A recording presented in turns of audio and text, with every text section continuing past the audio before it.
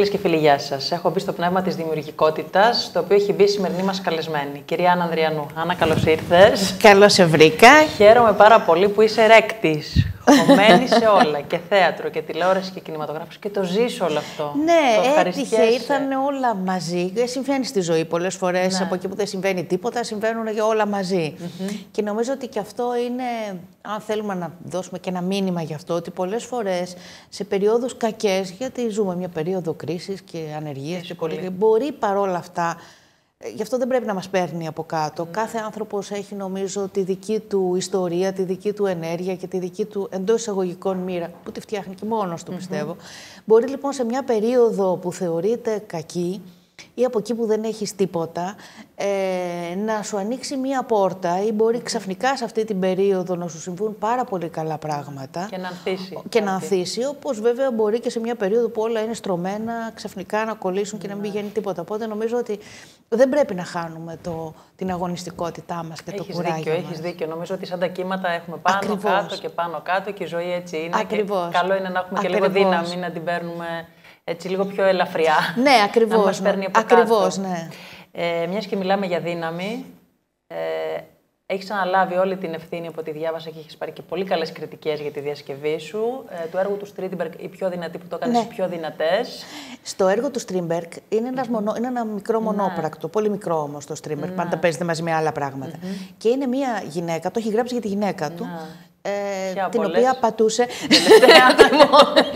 τη μόνιμη, και την οποία πατούσε για χρόνια με μια άλλη γυναίκα. Βλέπουμε φωτογραφίες λοιπόν. Είσαι εδώ με τη Μαρκέλα Γιαννάτου, σύζυγος και ερωμένη. Σύζυγος και ερωμένη. Σύζυγος εγώ βέβαια, ερωμένη η άλλη.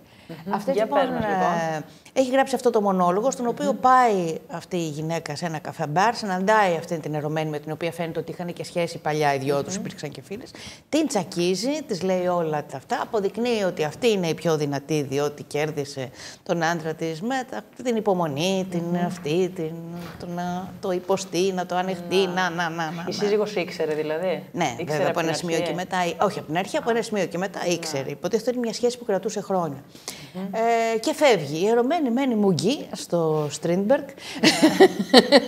Άρα έδωσες λόγο στην ερωμένη. Και σκέφτηκα ότι επειδή τα πράγματα δεν είναι έτσι στη ζωή, πάντα με ιντριγκάριζε η ιδέα του τι θα έλεγε αυτή η γυναίκα. Υπάρχει και μια άλλη άποψη, αυτός ο άντρας είχε και μια άλλη ζωή, κάτι άλλο έδινε και εκεί, κάτι άλλο έπαιρνε από εκεί. Και εν πάση περιπτώσει, συνήθως όταν υπάρχει μια επιστία και ειδικά πολύχρονη, η φίλη μου η Μαλβίνα η Κάραλη έλεγε ότι ουσιαστικά οι δύο αντίζηλες, οι αντίζηλοι, καψουρεύονται ο ένας τον άλλον. Δηλαδή, τι εννοούσε, υπάρχει ένας τέτοιος ανταγωνισμός που από ένα σημείο και μετά περισσότερο σε ενδιαφέρει να νικήσεις την άλλη. Γιατί σαν αγώνας, λες, εξού και το γιατί γίνεται σε ένας αγώνας.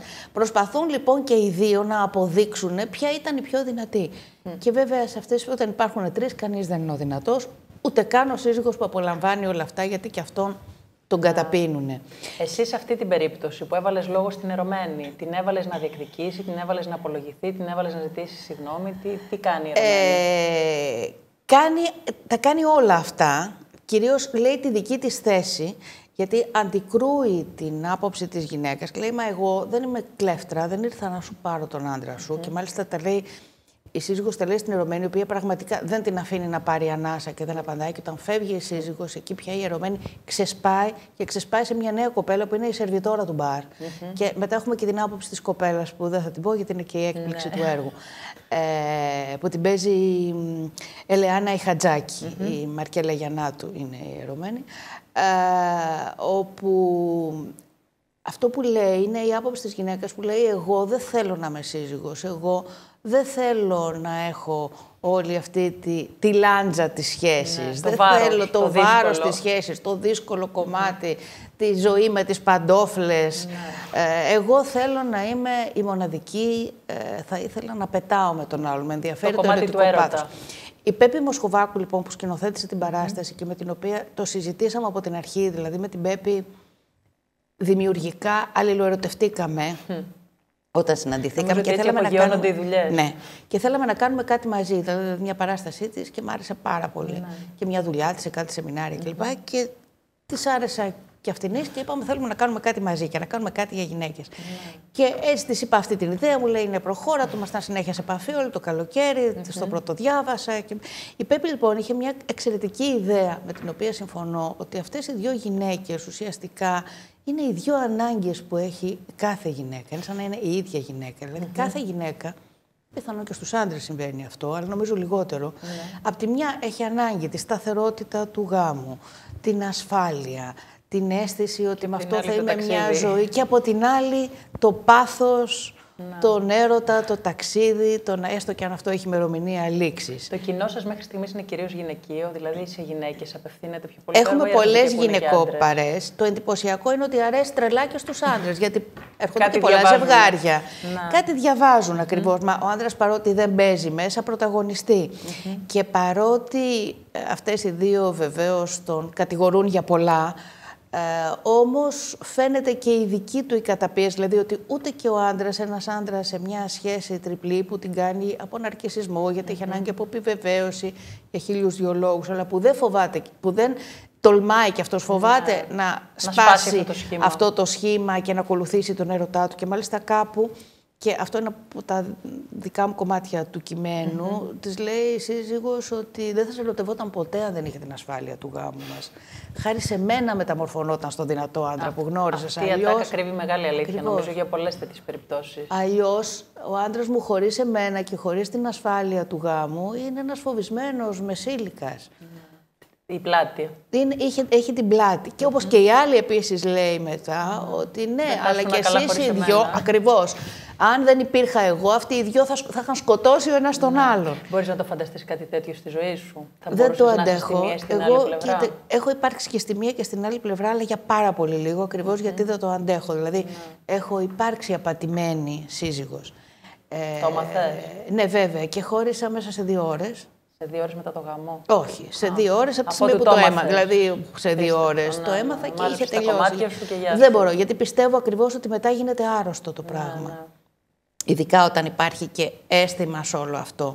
Και απεδείχθη, τότε ήμουν και πάρα πολύ μικρή και όλοι μου λέγανε μα γιατί και φου, σε αγαπάει και όλα αυτά. Παρ' όλα αυτά, επειδή στη συνέχεια είδα και από τον ίδιο άνθρωπο όταν ξαναπαντρεύτηκε, ότι αυτό το πράγμα όταν το αρχίσεις... Είναι σύστημα. Είναι σύστημα. Μετά δεν σταματάει. Δηλαδή συγχωρείς και ξαναγίνεται και ξαναγίνεται. Έχω την άποψη ότι άμα ένας άντρας ή μια γυναίκα έχει αυτή τη λογική, δεν τη σταματάει. Ακριβώς. Το έχει ανάγκη. Είναι λίγο σαν ναρκωτικό. Και νομίζω ότι είναι ένα ναρκωτικό της αυτοπεποίθησής του. Το έχει ανάγκη για επιβεβαίωση. Υπάρχει κάποιο είδους έλλειψη. Ακριβώς. Να πατάει πάντα σε 2 βάρκες. Ακριβώς. Και το εντυπωσιακό είναι το εξής, ότι συνήθως οι άντρες που το κάνουν αυτό αφήνουν και λίγο να εννοηθεί και στη γυναίκα. Γιατί θέλουν να τους διεκδικούν. Δεν το κρύβουν τόσο. Είναι άλλη περίπτωση του άντρα που μπορεί να έχει μια περιπέτεια που δεν τη μάθεις ποτέ στη ζωή σου. Αυτό είναι άλλο. Και άλλο αυτό σου το ψιθυρίζω το και άλλο λίγο. Σου το ψιθυρίζω και λίγο για να με κρατάτε και οι δυο. Το να είσαι από την άλλη πλευρά. Από την άλλη πλευρά έχω υπάρξει επίσης, αλλά για πάρα πολύ λίγο, γιατί σχεδόν αμέσως. Πνιγυρό είναι και αυτό. Είπα επίσης ότι κοίταξε να δεις, εντάξει, υπάρχει μια μεγάλη έλξη μεταξύ μας, υπάρχει κάτι πολύ σημαντικό μεταξύ μας και ακριβώς επειδή υπάρχει κάτι πολύ σημαντικό μεταξύ μας, δεν θέλω να φθαρεί μέσα σε κάτι τέτοιο. Αν ποτέ, αν νομίζεις ότι το προτιμάς, γιατί εντάξει, ήταν και ένας γάμος στα πολύ φθαρμένους και στα τελευταία του και στο κλασικό που λένε, και έτσι ήταν στην προκειμένη περίπτωση, ότι ο γάμος έχει τελειώσει, αλλά οι άνθρωποι ζούσαν ακόμα μαζί. Και τραγικό είναι και αυτό. Είπα λοιπόν ότι αφού, αν ποτέ είσαι ελεύθερος, ευχαρίστως, έλα να με βρεις. Και αν είμαι κι εγώ. Αν είμαι κι εγώ, να το συνεχίσουμε. Αλλά έτσι θα το κάνουμε χάρη. Μεγάλες αλήθειες και με αυτές πάμε σε ένα πρώτο διάλειμμα.